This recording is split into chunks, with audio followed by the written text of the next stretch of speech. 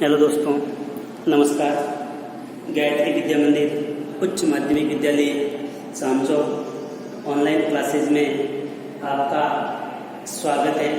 साथ ही हमारा YouTube channel subscribe करें। तो देखिए, आज हम कक्षा 9 सामाजिक विज्ञान का जो टॉपिक है नाथसीवाद व हिटलर का उदय। तो देखिए, कल हमने हिटलर का उदय टॉपिक पढ़ा था, जिसमें हमने हिटलर के जन्म मृत्यु के बारे में जानकारी प्राप्त की। हिटलर का जो बाल्य काल या युवावस्था बेहद गरीबी से गुजरी थी। फिर उस गरीबी से निकलने के लिए हिटलर ने फौजी की नौकरी की, जर्मन वर्कर्स पार्टी से जुड़े। उसी पार्टी को नेशनल सोशलिस्ट पार्टी का नाम दिया। बाद में वही पार्टी नाथसी पार्टी बनी। उन्होंने जर्मनी पर सत्ता पर अधिकार करने की योजना 1923 में बनाई, लेकिन वो भी असफल रही। गिरफ्तार किया, सजा दी, फिर बाद में रिहा कर दिया। इसके बाद में हिटलर की जो नाथसी पार्टी है वो मंदी के दौर में फायदा उठा करके प्रोपेगेंडा का सहारा लेकर के अधिकतम प्रचार जनसभाओं के माध्यम से जर्मनी का दिल जीता। उसके बाद में उन्होंने अपने जबरदस्त वक्ता के बलबूते पर जो मात्र 1929 में 2.6% वोट मिले थे, वही 1932 में 37% वोट लेकर के जर्मनी की सबसे बड़ी पार्टी बनी। इस प्रकार जर्मनी ने हिटलर की जो पकड़ है वो मजबूत हो गई और जर्मनी में लोकतंत्र शासन स्थापित था। कम्युनिस्ट पार्टी शासन करती थी। उन्होंने जनता को मौलिक अधिकार प्रदान किए थे। विशेषकर हम कह सकते हैं कि प्रेस, अभिव्यक्ति, सभा करना जैसे मौलिक अधिकार नागरिकों को दिए थे। तो देखिए, आज का टॉपिक है लोकतंत्र का ध्वंस, या अपन कह सकते हैं विनाश या पतन। तो देखिए, 30 जनवरी 1933 को जर्मनी के राष्ट्रपति हिंडेनबर्ग ने हिटलर को चांसलर का पद भार संभालने का न्योता दिया। और आपको पता है कि जर्मनी के मंत्रिमंडल में सबसे या सर्वाधिक जो पद है तो वो चांसलर का है, जो प्रधानमंत्री के बाहर सबसे महत्वपूर्ण पद होता है। तो देखिए, जब तक नाथसी पार्टी रूढ़िवादियों को भी अपने उद्देश्यों से जोड़ चुकी थी।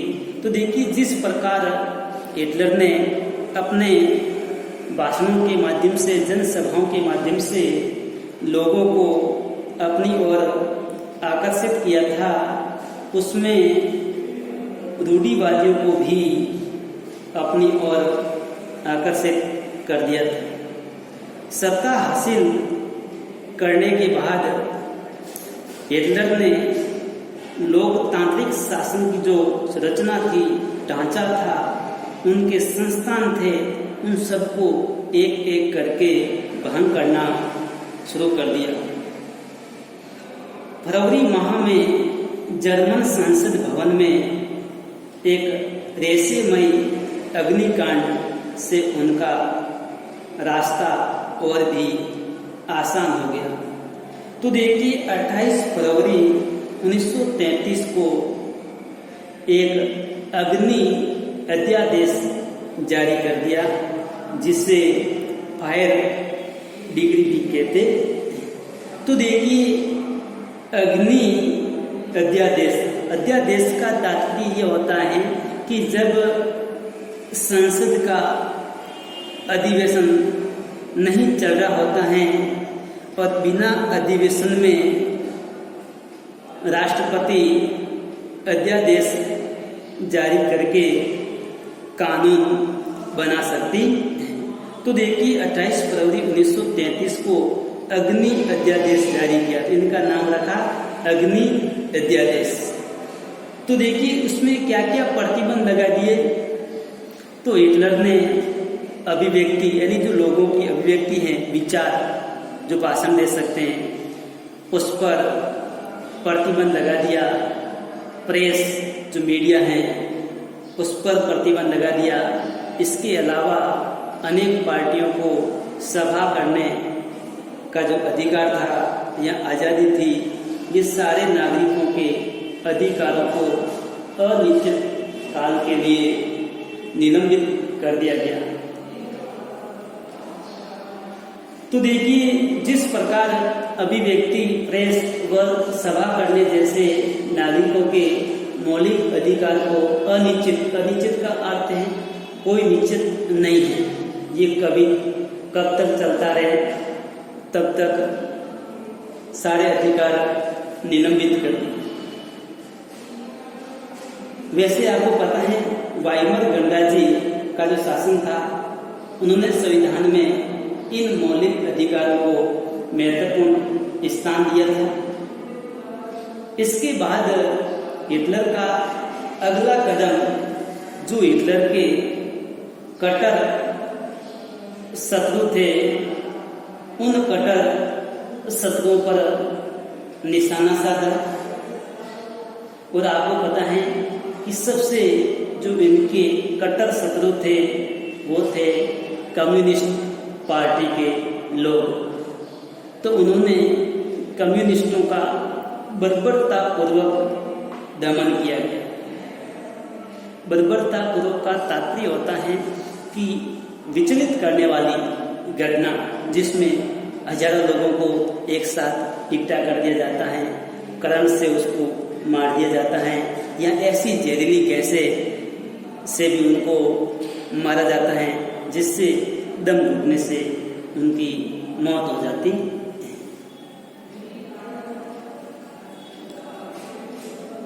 तो अधिकतर कम्युनिस्टों को रातों रात कंस्ट्रक्शन कैंपों में बंद कर दिया गया। तो देखिए कंस्ट्रक्शन कैंप क्या है। तो ऐसे स्थान जहां बिना कानून प्रक्रिया के लोगों को कैद रखा जाता था, ये कंस्ट्रक्शन कैंप बिजली का करंट दौड़ते कंटीले तारों से गिरे रहते थे। तो देखिए जो कंस्ट्रक्शन कैंप है, उस कैंप के अंदर बिजली के जो करंट है, उस करंट को तारों में दौड़ाया जाता है और लोग उन तारों से इधर उधर दौड़ करके करंट से उनकी मौत हो जाती है। लगभग 5 लाख की आबादी वाले ड्यूसलडॉर्फ जो शहर है, उसमें किए गए गिरफ्तार लोगों की जो बच्ची कुची 6,808 फाइलों में से 1,440 सिर्फ कम्युनिस्टों की फाइलें थी। नाज़ियों ने सिर्फ कम्युनिस्टों का ही सफाया नहीं किया है। तो देखिए, हिटलर के जो दुश्मन हैं वो केवल कम्युनिस्ट ही नहीं थे, इसके अलावा भी जितने भी इनके दुश्मन थे, जो भी इनकी बातों को नहीं मानते थे, तो उनको सजा दी जाती थी, यातनाएं दी जाती थी। यहाँ तक अपन कह सकते हैं नाज़ी शासन में कुल 52 किस्म के लोगों को अपने दमन का निशाना बनाया। तो देखिए, हिटलर ने केवल कम्युनिस्टों पर ही सजा नहीं दी, बल्कि 52 अलग अलग प्रकार के या अलग अलग समुदाय के लोगों को दमन का शिकार बनाया, उनका शोषण किया, उनको मौत के घाट उतारा। तो देखिए, 3 मार्च 1933 को प्रसिद्ध विशेषाधिकार अधिनियम पारित किया। अब देखिए, धीरे धीरे हिटलर सत्ता है वो अपने अधिकारों में ले लेते हैं। उसके लिए 3 मार्च 1933 को एक विशेषाधिकार अधिनियम पारित कर दिया, और इसी विशेषाधिकार अधिनियम पारित से हिटलर के पास अनेक प्रकार के विशेष अधिकार मिल गए। तो इस कानून के जरिए जर्मनी में बकायदा तानाशाही स्थापित कर दी, और इसी कानून से ही जर्मनी में एक तानाशाही शासन की स्थापना हो जाती है, और लोकतंत्र शासन के नाम पर संपूर्ण शक्ति है वो हिटलर अपने हाथों में ले लेते हैं। जब उनको लगे तब वो अध्यादेश जारी करके नए नए कानून नियम बनाते थे। इस कानून ने हिटलर को संसद को हंसी पर धकेलने व केवल अध्यादेशों के जरिए शासन चलाने का निरंकुश अधिकार प्रदान कर दिया। तो देखिए, इस विशेषाधिकार में क्या प्रावधान था कि यदि संसद का सत्र नहीं चल रहा है तो आप अध्यादेश के जरिए आप शासन चलाने के लिए कानून बना सकते हैं। अध्यादेश लाने के लिए आपके ऊपर किसी भी प्रकार का अंकुश नहीं रहेगा, यानी संपूर्ण शक्ति है वो हिटलर के हाथों में आ गई, और एक तानाशाही शासन की स्थापना हो गई। यहाँ अपन कह सकते हैं अब निरंकुश अधिकार इनको मिल गया है, यानी हिटलर को कोई भी चुनौती नहीं दे सकता है। दोस्तों, इसका आप स्क्रीनशॉट ले लें।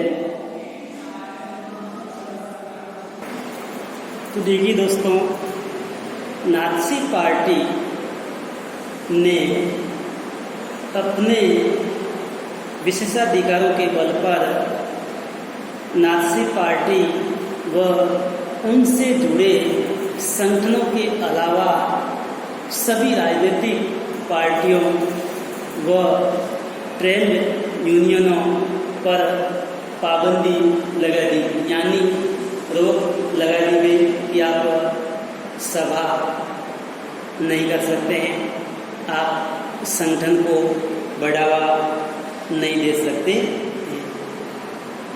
इसके अलावा अर्थव्यवस्था, मीडिया, सेना व न्यायपालिका पर राज्य का पूरा नियंत्रण स्थापित हो गया था। अब संपूर्ण अर्थव्यवस्था की, प्रेस, मीडिया की, सेना, न्यायपालिका सब हिटलर के नियंत्रण में हो गई। पूरे समाज को नाज़ियों के हिसाब से नियंत्रित व व्यवस्थित करने के लिए विशेष निगरानी व सुरक्षा दस्ते गठित किए गए। ये नवीन विशेष निगरानी व सुरक्षा दस्ते जो गठित किए थे वो पहले से जैसे मौजूद हरी वर्दीधारी पुलिस थे, स्ट्रॉन्ग ट्रूपर्स जिसे ऐसे कहा जाता है। इसके अलावा गेस्तापो थे, तो गेस्तापो किसको कहा जाता है? गुप्तचर राज्य का पुलिस गेस्तापो कहलाता है। इसके अलावा SS जिससे अपराध नियंत्रण पुलिस कहा जाता था। इसके अलावा सुरक्षा सेवा जिसे SD कहा जाता था। इन सब नए सुरक्षा दस्ते गठित किए और इन नवीन दस्तों को बेहिसाब यानी उसका कोई हिसाब किताब नहीं है, असंवैधानिक यानी संविधान में उसका कहीं उल्लेख नहीं है, असंवैधानिक अधिकार दिए गए और इन्हीं अधिकारों की वजह से नाज़ी राज्य को एक खूंखार आपराधिक राज्य की छवि प्राप्त, क्योंकि जब इन नए सुरक्षा दस्तों को बेहिसाब असंवैधानिक अधिकार दिए गए तो ये जो नवीन जो दस्ते हैं वो इन अधिकारों का दुरुपयोग करेंगे व जनता पर अत्याचार, गिरफ्तार, बिना वजह लोगों को जेल में डालने का अधिकार मिल गया। तो देखिए गेस्तापो के नियंत्रण गृहों में भी किसी भी व्यक्ति को बंद किया जा सकता था। नए दस्ते किसी भी यातना गृह में भेज सकते, यानी जो नए दस्ते गठित किए गए थे वो किसी भी व्यक्ति को पकड़ करके यातना गृह में भेज देते थे। यातना गृह, तो देखिए यातना का तात्पर्य है कि वहाँ लोगों को कोड़े बरसाए जाते थे, उनके साथ शारीरिक मानसिक पीड़ाएं पहुंचाई जाती थी, यानी यातनाएं दी जाती थी। किसी को भी बिना कानूनी कार्यवाही किए ही देश से निकाला दिया जा सकता। इसके अलावा किसी भी व्यक्ति को बिना कोई कार्रवाई किए तुरंत उसको गिरफ्तार करके देश से बाहर निकाल दिया जा सकता था। यहाँ व्यक्ति को गिरफ्तार किया जा सकता। इस प्रकार ऐसी जो